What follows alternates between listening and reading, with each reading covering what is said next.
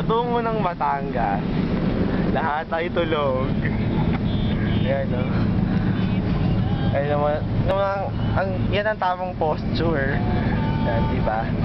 Ito rin, doon nakaharap, conscious kasi baka kuwanan. Pero, ayan na, meron na.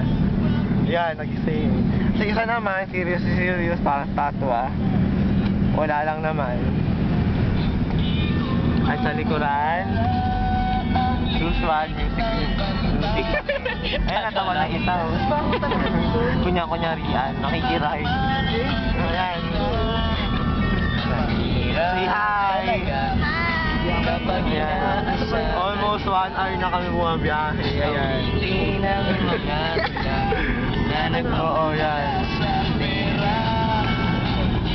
Hi. Siyempre, kailangan may eksena din ako. Hello.